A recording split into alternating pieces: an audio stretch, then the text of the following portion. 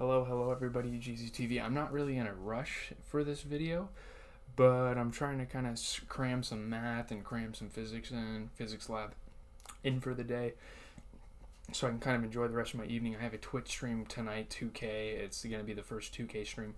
I'm not going to be quick with the video. I'm definitely, if something's thought-provoking, let me make this a little bigger. If anything's like thought-provoking in the episode, I will surely talk about it, but I'm not looking to do what I did with The Walking Dead, with Herschel's death, and talk about stuff like that. And like, I don't know, it's not, the episode's not really that thought-provoking anyway, although it's a really important episode in the series. I feel like it introduces all sorts of characters to the franchise. It's great. Or introduces characters from the Breaking Bad franchise. So if you haven't watched Breaking Bad, it's honestly good that you're experiencing Better Call Saul first, because Breaking Bad's going to be so satisfying once you get to that point. A lot of cool plots, a lot of cool storylines that are going to be discussed here, so let's get into it. Talking about the plot, we have the opening, we have the main story. You guys get the gist. I am in the process of posting my nav reaction. Actually, I can go check for you guys real quick what that's at. It's 95% processing, so it should be on the channel any second now. So after watching this live, by the time this live reaction or live review is done, go ahead, go check out the nav review. Chuck converses with David, a private investigator who is playing solitaire. He is so out to get Jimmy, and yes, Jimmy did some bad things, but Chuck is so out to get Jimmy that he hires a private investigator against his own brother. After turning down the lantern that illuminates the room, Chuck stares out the window, looking for his brother to stop by, as he might be expecting it, and it happens eventually. We'll get to the confrontation. Main story, we're going to talk about Mike. Mike observes the two individuals he followed from his house give the tracking device from his car to a courier. He follows the courier, who eventually arrives at Los Pollos Hermanos, and if you watched Breaking Bad, you know that Los Pollos Hermanos is where Gustavo Fring works. And, you know, that's where Gustavo Fring. This is the episode where Gus Fring, I have his action figure up there on the wall. That's where he gets introduced in the series, and it's beautiful. It opens up so much opportunity. Given what he did to the Breaking Bad role, I can't even imagine with more airtime. Well, he got about the same airtime on Breaking Bad as he's getting here, because he got introduced around season 3. That's, you know, when Walter and Jesse were looking at the super lab and stuff. But with him coming around, this show, it just got super duper interesting, and I feel like this is when fans started to really appreciate this show for what it was, because at first I think this show was people were very critical of it because of the slow burn. That's what people kind of, why am I saying people so many times?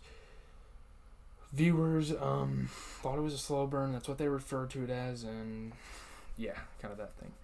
Mike's monitor shows that the tracker remains stationary, so he like stops there, you know. Francesca is another character we get introduced to in this series from Breaking Bad. You know, she's the receptionist, and the fact that she's still the receptionist after all this time is great. I love that. Francesca arrives at Wexler McGill for a job interview, so we're kind of bouncing back and forth between storylines, and I think they did that very effectively. Jimmy wants her to start immediately as their new receptionist, since he has a new commercial airing soon and needs her to field incoming calls. They need the help as soon as possible, and they're trying to get her in quick and get her to do her job. After the ad airs, Jimmy coaches Francesca through 2 calls, one of which is from Mike. So Mike is returned to Jimmy for some legal help, legal care, which is great because it's actually been a while since these two have talked to each other in the series, and with Gus being introduced, oh man, it's going to get good. I feel like the end of season 3 is going to be some sort of spectacle. It's going to be great. I cannot wait. Jimmy agrees to meet Mike the next morning, you know, clearing the morning for this guy because he knows Mike is a very valuable person, and in these exploits that, you know, Jimmy goes on in his job and stuff. So yeah, I feel like Jimmy really appreciates Mike. He really doesn't want to take him for granted, so he meets him up the next morning, literally clears his schedule, which is not something that a lawyer should be doing, especially as a solo practitioner, but yeah. Mike tasks Jimmy with observing the interior of Los Pollos Hermanos, and the courier arrives to kind of study him, spy on him, what are his motives, that thing. After the courier disposes of his trash, Jimmy inspects the bin, acting like he actually dropped his watch in the bin, and this is when he meets Gus. It's kind of a funny moment. The way he meets Gus is the weirdest thing ever, and it's kind of a cool origin story that the story creators came up with. The owner of the restaurant, Gus, suddenly appears and asks if Jimmy needs help. Now, this Wikipedia article is treating Gus as he's some innocent person, introducing him in that fashion. But we know what Gus is. We know what he's capable of. He is one of the most mega-minded villains in any film, piece of film or television, whatever. Jimmy pretends he lost his watch in the trash, and Gus helps find it. Jimmy tells Mike he saw nothing suspicious. They're probably covering their tracks. They probably know that Jimmy could possibly be on their path. As they drive away, Gus is outside and looks up knowingly, seemingly aware that Mike and Jimmy were surveilling him. Again, just showing the intelligence. And if you haven't seen Breaking Bad, it just shows you the intelligence. I'm not really going to spoil anything with Breaking Bad as much. I'm just going to kind of make reference because obviously these shows are connected to each other. Literally. Victor's another character from Breaking Bad that makes an appearance. I love it. So now we're seeing that Victor has been with Gus all these years. Victor later drives away from the restaurant. It's so cool. I was so amused. I was you know how with Marvel how they revealed the movies for the next era of Marvel. That's what the reaction of the crowd in those Comic-Con videos. That was my reaction when Victor and Francesca and Gus showed up. I was so happy. Mike follows him with Mike's monitor indicating the tracking device is in Victor's car, so he's probably going to go to some sort of headquarters, some sort of plant. Yeah. When the tracker is stationary, Mike finds a ringing cell phone placed atop his gas cap in the middle of the road. This is kind of weird, and I don't know why, but he picks up the phone and answers it. When I first saw him do that, I was like, dude, what the hell are you doing? Are you sure you should be doing this? Are you sure there's not a bomb in the phone? You never know what those people could be up to. You know that the Salamancas and all those people are very dangerous. Ernesto tells Kim he heard Jimmy's taped confession. This is another really big storyline, another really big moment in the episode. Ernesto being like, dude, you're on tape. You're fucking screwed in some degree. Maybe not all the way, but you're kind of fucked, man. And I'm happy that Ernesto was this type of friend, and he's warning Jimmy about his actions and that there are going to be consequences, and he could possibly prevent the actions. So, yeah. Which he's going to try to, but I feel like it's going to be worse, and it's going to go into the third episode. Kim tells Jimmy that Chuck taped him. She goes up and tells him. She realizes Chuck cannot use the confession in court and suggests that Jimmy wait for Chuck to make the first move so they can determine his intent, but Jimmy angrily drives away, going to Chuck's house, of course, and confronting him about the whole thing.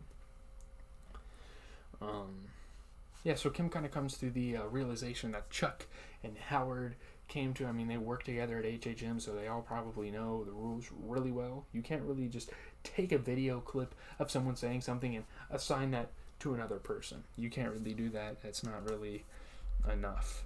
Several days later, Howard sneaks to the back door of Chuck's house, and Chuck lets him in, which I don't know why he was sneaking in. I don't know. Chuck reveals he intentionally allowed Ernesto to hear the tape, knowing he would tell Kim and Jimmy. I actually missed this detail. This is crazy for Chuck. So Ernesto is let go, and Ernesto is probably just going to pledge to Kim and Jimmy full time. And honestly, that would be cool if Ernesto got hired to their firm. That would be great. I could see that happening.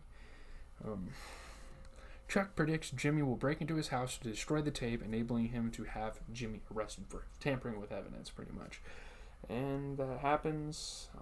Chuck is he's smart as hell. I don't know. And I feel like it's kind of unrealistic how smart this show makes him and how he predicts everything. It's kind of weird.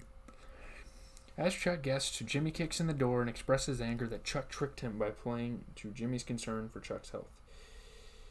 Yeah, pretty much did it. It did happen. Jimmy destroys the tape, and Howard and David make their presence known. Like, yep, we just saw you do that. We're witnesses. We're taking you to court. They declare themselves witnesses, enabling Chuck to report Jimmy to the police.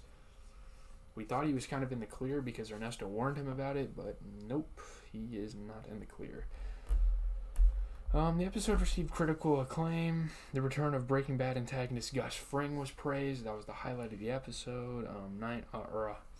100% rating on Rotten Tomatoes, 9.09 out of 10. One of the better episodes we've gotten in a while, and possibly the series. I loved it.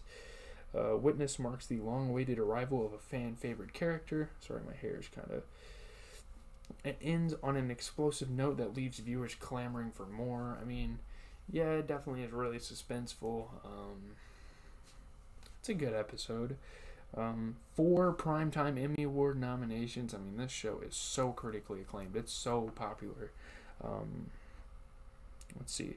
The directing by Vince Gilligan, which Vince Gilligan is a fantastic director. He did his work on Breaking Bad, and he returned years later with Better Call Saul, so I'm not really surprised. Jonathan Banks, for his acting, the sound mixing was praised. The single camera picture editing was praised. So again, this show is just really high quality. I recommend it. Obviously, you wouldn't be watching this if you haven't already watched the show. But leave a like, comment, and subscribe. As always, it is GZTV giving you guys your best, or the best, and your favorite TV shows, reviewing them on the channel. Right now, we're just continuing with Better Call Saul and Walking Dead. We're just getting started with Walking Dead. You know, Better Call Saul, we're getting towards like the halfway. We are pretty much, well, no, not really. We're not really halfway through the series at all, honestly. But yeah, I gotta go work on some homework.